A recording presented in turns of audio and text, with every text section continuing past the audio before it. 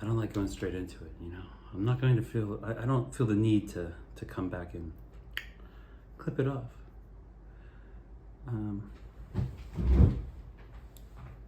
I like these raw.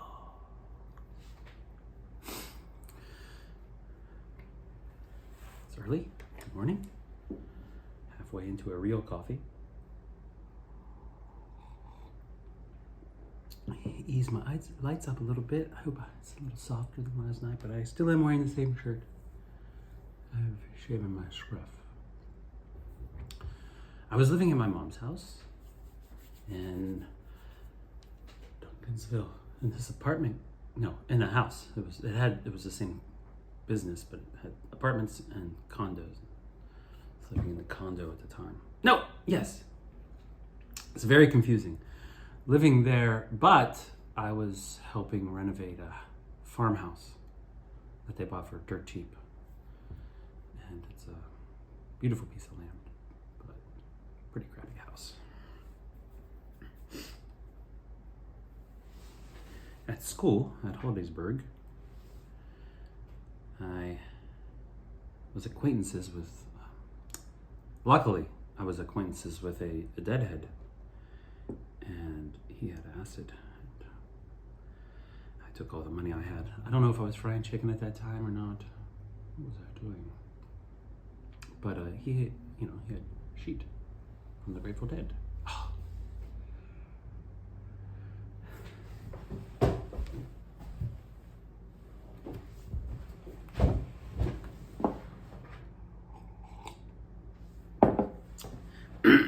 And he was selling them for $5 a hit, and I bought a whole strip. I took it home to Duncansville. Or was I in Puzzletown? I don't know. It's very confusing. I might have been in Puzzletown.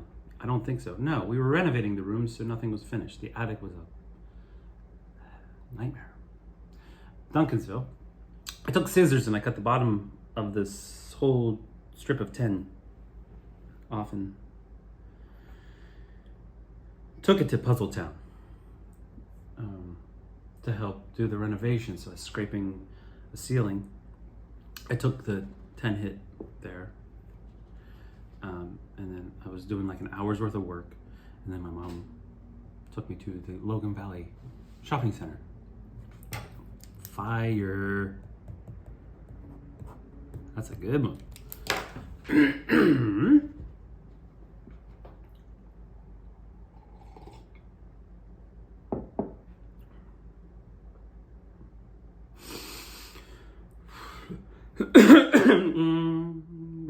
So I'm scraping, and like 30 minutes after I dropped this hit of acid, or strip of acid, there's no way to know how much acid, but it was way more than I thought, because I had tripped, I don't know, 10 times before that, and I tripped, but it wasn't like this. This was more. And in like less than 30 minutes, the paint that was falling down from the ceiling that I was stripping, there was a whole trail, like the whole thing from the ceiling to the floor was there. And I've seen, I saw trails, you know, woo, woo, you know, and the but I'd never seen like a, what? We're gonna stop time here, hold on, just hold on, you know, blah, blah, blah, blah. It's like, whoa, I can't function in this. Like, do you walk around the whole thing? But it's not there.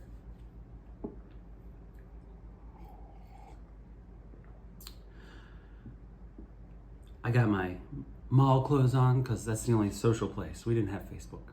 We didn't have Twitter. We didn't have TikTok. Thank God. All we had was the Logan shopping mall.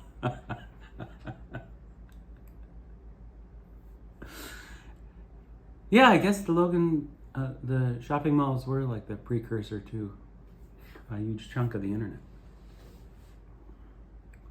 But you're missing out. I mean, seeing real people do real things.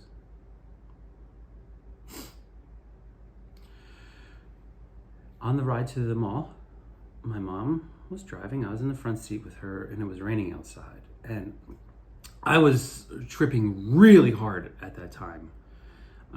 Starting to lose contact, and I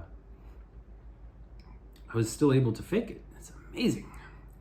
And I asked my mom, or I probably didn't ask. I turned the radio on and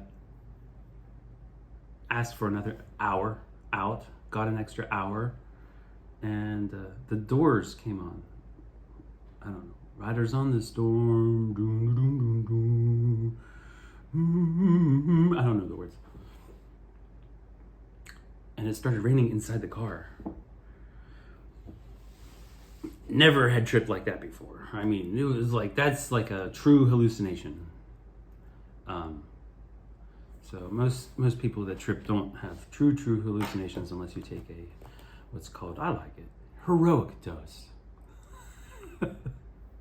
She dropped me off and I went into the food court. That's there were two main areas. Food court, of course. Kids are smart.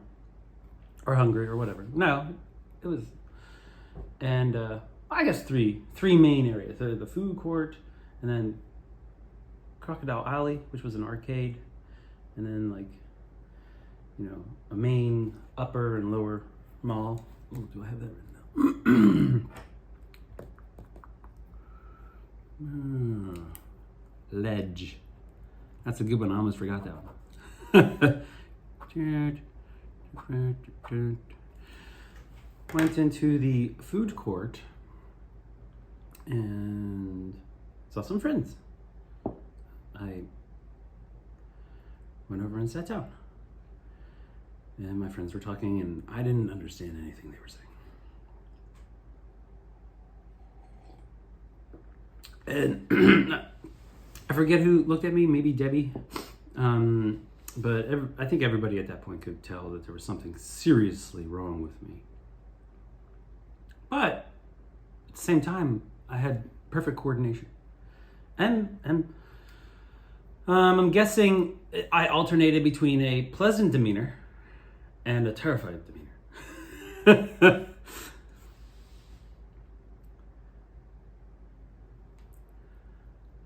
I got up and walked away from the table because it was just getting too strange being around my friends and hearing them talk, but not being able to understand what they were saying. So I got up and I walked, and I wanted to do some laps. Walking has been a huge part of me getting better. I walk so much. I went to Greece and walked 100 miles in a week. Found a pot farm there. Brought home hydrogen souvenirs. So I was walking down the hallway, or the, whatever you call it, the mall. And I was looking at, it's like my philosopher guy who's the weirdo with all the ticks, Slavak Fluffy. His critique of ideology. It was like I took the glasses off. And I was like, oh my God. I could really see the control that the advertisers had. Not on my crew. Well, my crew was controlled from I guess cult leaders, all of them. But just the normal people, not the weirdos and the freaks, the punks, and the fags, and the niggers.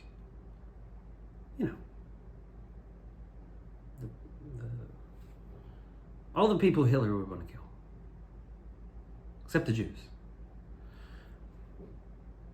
Is this right? I don't know.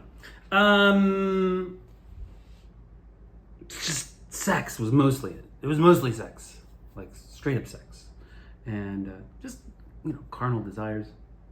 But it was like that. I took it off and it was just black and white, and it was just like robots. I just saw robots and broken people. That's all I saw.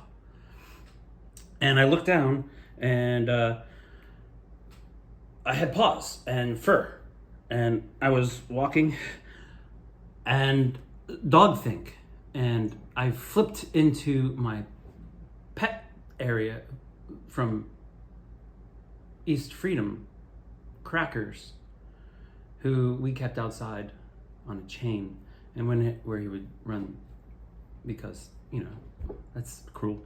It was all worn out and dirt and gross, and then there was nice grass that he couldn't get to, and I went to speak, and that's what came out.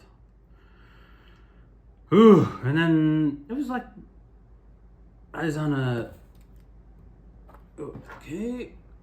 I went up to the second floor and turned back into a person, or not a person. I don't know. I turned into not dog.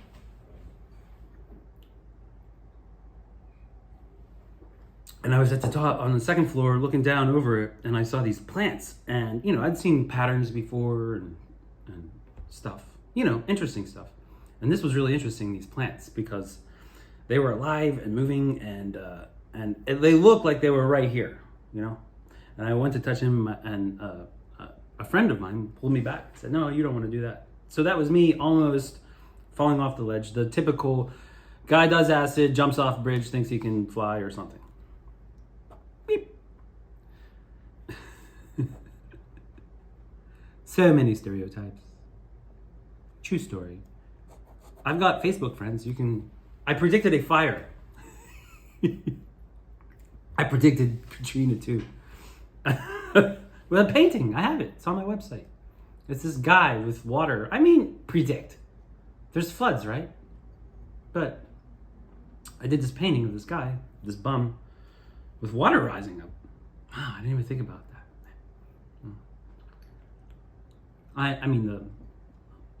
It affected the poor people way more. Obviously.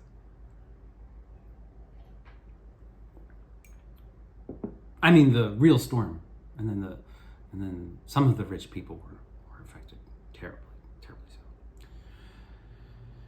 Anyway, I predicted a fire at the Logan Valley Mall. Andy, I believe it's Andy. He knows. He'll say, "What the fuck?" So then, I suppose the person that saved my life, or at least saved my neck, took me down to Crocodile Alley, which was the arcade, and that was fun. Oh, man, I keep remembering things. Pen. Good, notepad, pen, yes, very good. Yeah. I remember this. Crocodile Alley. So I get on the motorcycle game. I don't put any coins in, and the demo starts. And I'm leaning with the demo, and the screen's there, and all of a sudden the screen does this whoop. And I look around and I'm like, oh shit. And the demo crashes and I crash. And, that's a bad death. So I open my eyes again and I'm like outside in the parking lot. And there's these punks, this acquaintance, but he's like hanging out with me and looks really stressed out. My guess is that's probably the guy that is involved with the LSD. Yeah, how do anybody make money selling LSD without getting busted? Like somebody's gonna take too much and go. He was in the front seat and some girl, and then me, and then some girl, and I was like, I was flashback to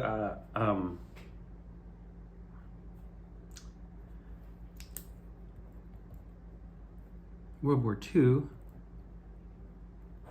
In Germany, and there was shit exploding everywhere.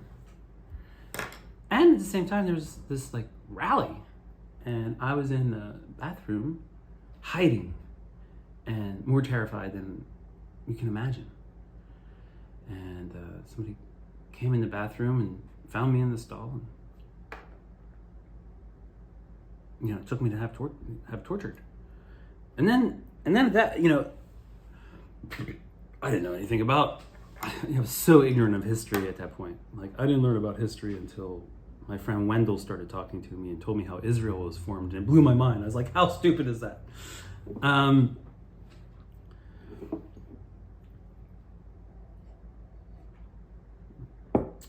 Then, you know, but so I had no opinion of like the Holocaust.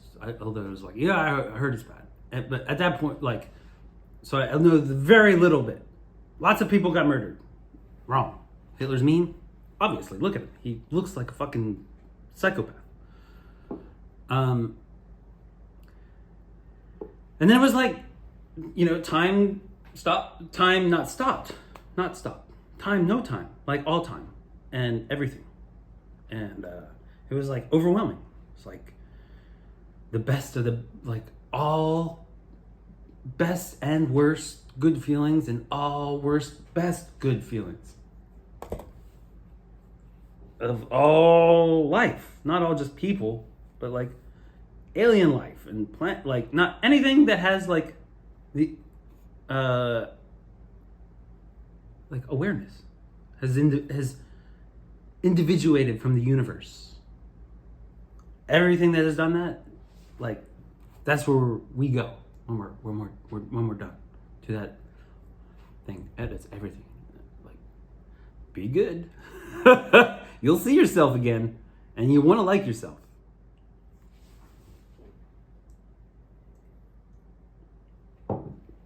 Where was I? Oh, that was everything. Check. Ride to Denny's. Okay, so I wasn't, you know, being chased by Nazis anymore in a war zone. I was groping this girl, and it was inappropriate, and everyone was really angry at me. I got out of the car, we were at Denny's, and then I started rolling around on the ground. Oh, no, I walked into Denny's. I did something horrible in Denny's. I don't know what the fuck I did. I walked in, probably was like, ooh la la! Out on the ground, rolling on the ground. No, I walked over to this movie theater, right? Some big building next to Denny's. It might not have been as big as a movie theater. I think it was a movie theater. And I got caught in what's called a K-loop, which is weird because I wasn't doing ketamine. Can I bum a cigarette?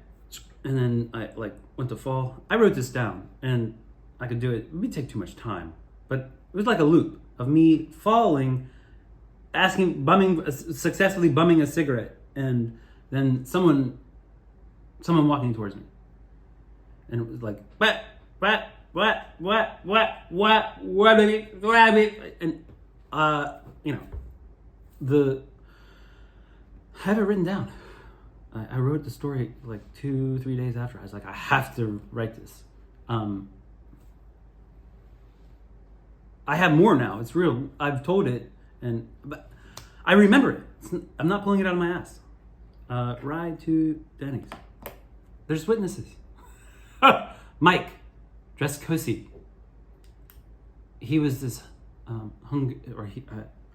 hope he still is. A really great artist. Hungarian.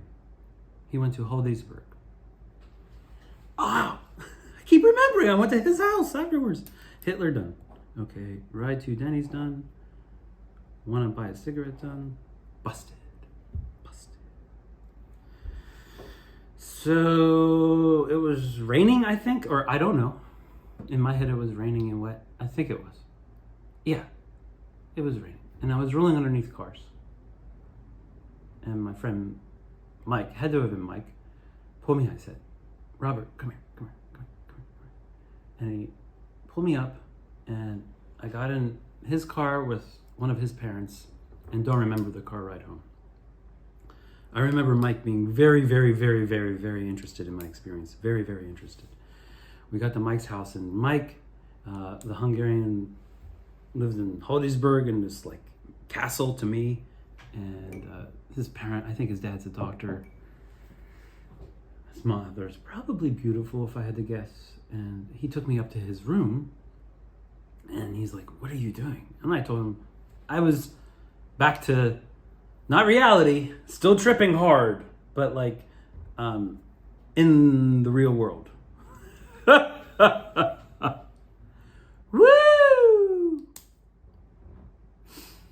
And Mike played Bauhaus for me and turned on a black light, and I believe, like, waved things in front of me.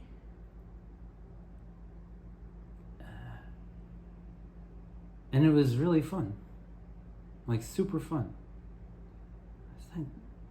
Thanks, Mike. I calmed down and I walked downstairs, and his parents are at the table.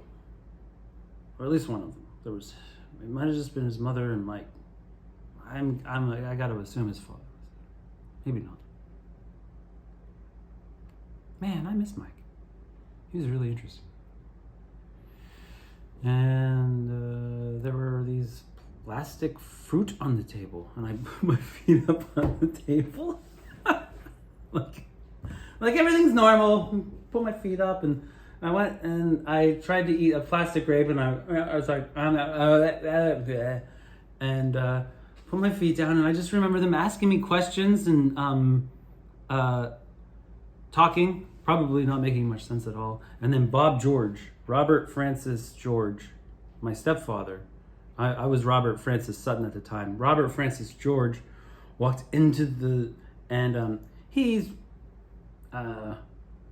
abused himself a lot, and it shows.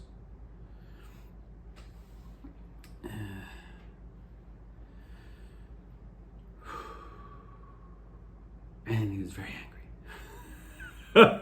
I got in the car and we're driving home, and I keep putting my feet up on the dashboard, and he keeps yelling at me, "Get your feet off of that! What are you doing?" And he couldn't figure out, what was wrong with me, because I could talk. Most likely it wasn't making much sense, but I remember saying words, and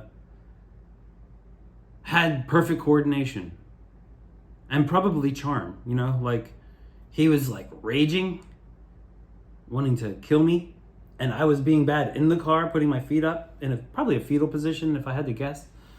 And I was calming him down. So it's like, how can he be,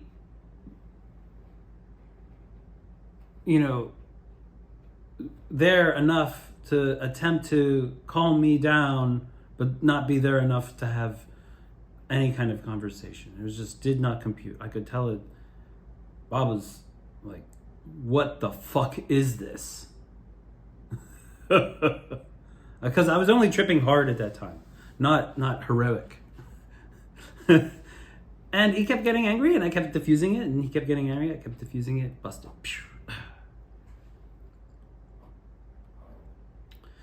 And then I've already told this story in a previous YouTube thing. We got home, I went upstairs, I went in the bathroom, my mom was with me, and she was very concerned, like, because, did I just fry my brain for the rest of my life? Am I going to become retarded? Because I was so smart. And how this has to do something really bad to your brain.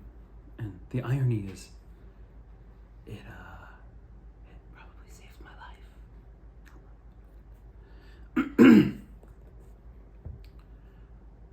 How? It's like set and setting is so important, and there can't be a worse set and setting. Like war zone, like a real war zone, or I don't know if it's true or not, but my first wife said that she took a large dose of acid and was gang raped. So that was worse than them all, but like pretty close on the same level. Like, I think getting busted, that, like, I don't think she got busted for tripping. So it was like the rape, yes, but like her home life, my home life changed a lot with that knowledge. And my dad didn't know about the LSD for a while. He found out later, was it Bridget? I think it was. It was either Bridget or Jenny. I remember driving in the car, one of them blurted out LSD, and my dad was like,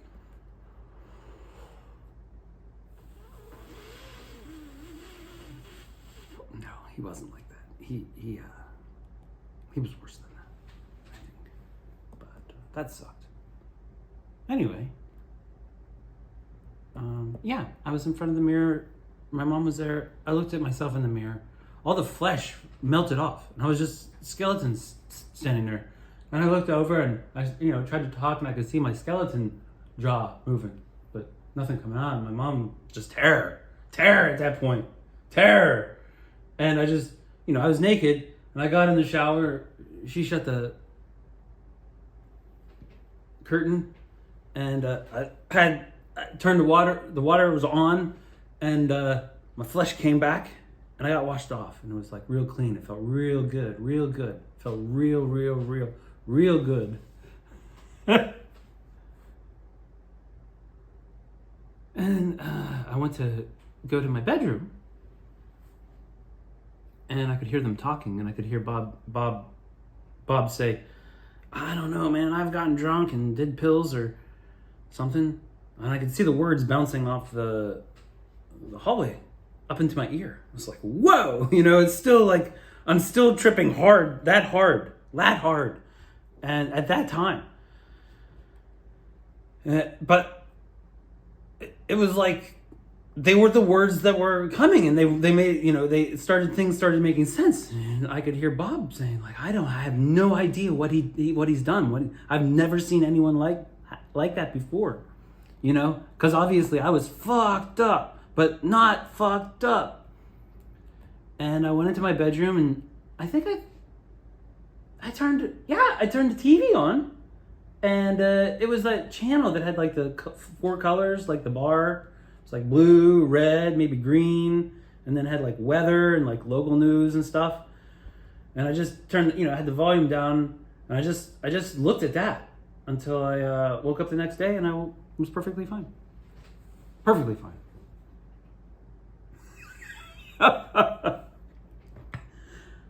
In fact, so fine, I got a phone call in the morning, right? And I answered it, and it was the guy that sold me the acid.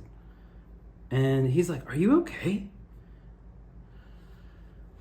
I said, yeah, I feel great, except I don't know what's gonna happen to me, at home.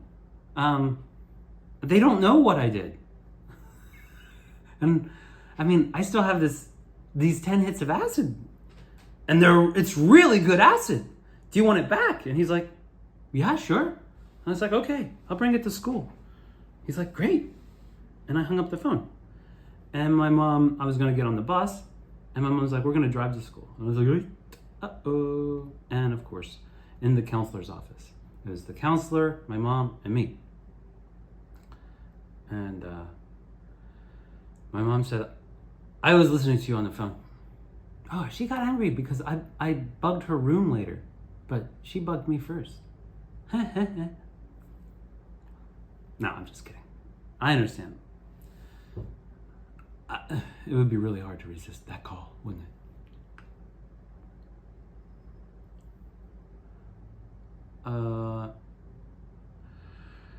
She said, I know you have acid.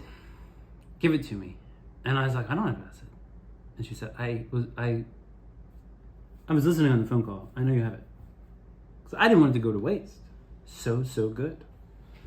And she said, "If you don't give it to me now, we're going to go to the principal, and the police are going to be here, and you're going to, we don't know what's going to happen to you. You may go to jail." I could have gone to prison. And I was like, "Okay, okay." So I got my wallet out and got it out of the cellophane, and I put it in her hand. And she put it, I'm sure if she flushed it or something, but like, "Ooh, you want to play this game, Mom? Here you go." Don't break a sweat. You don't fuck with a person that has severe personality disorder. You don't. You're gonna get hurt. Don't fuck with them. Leave them alone.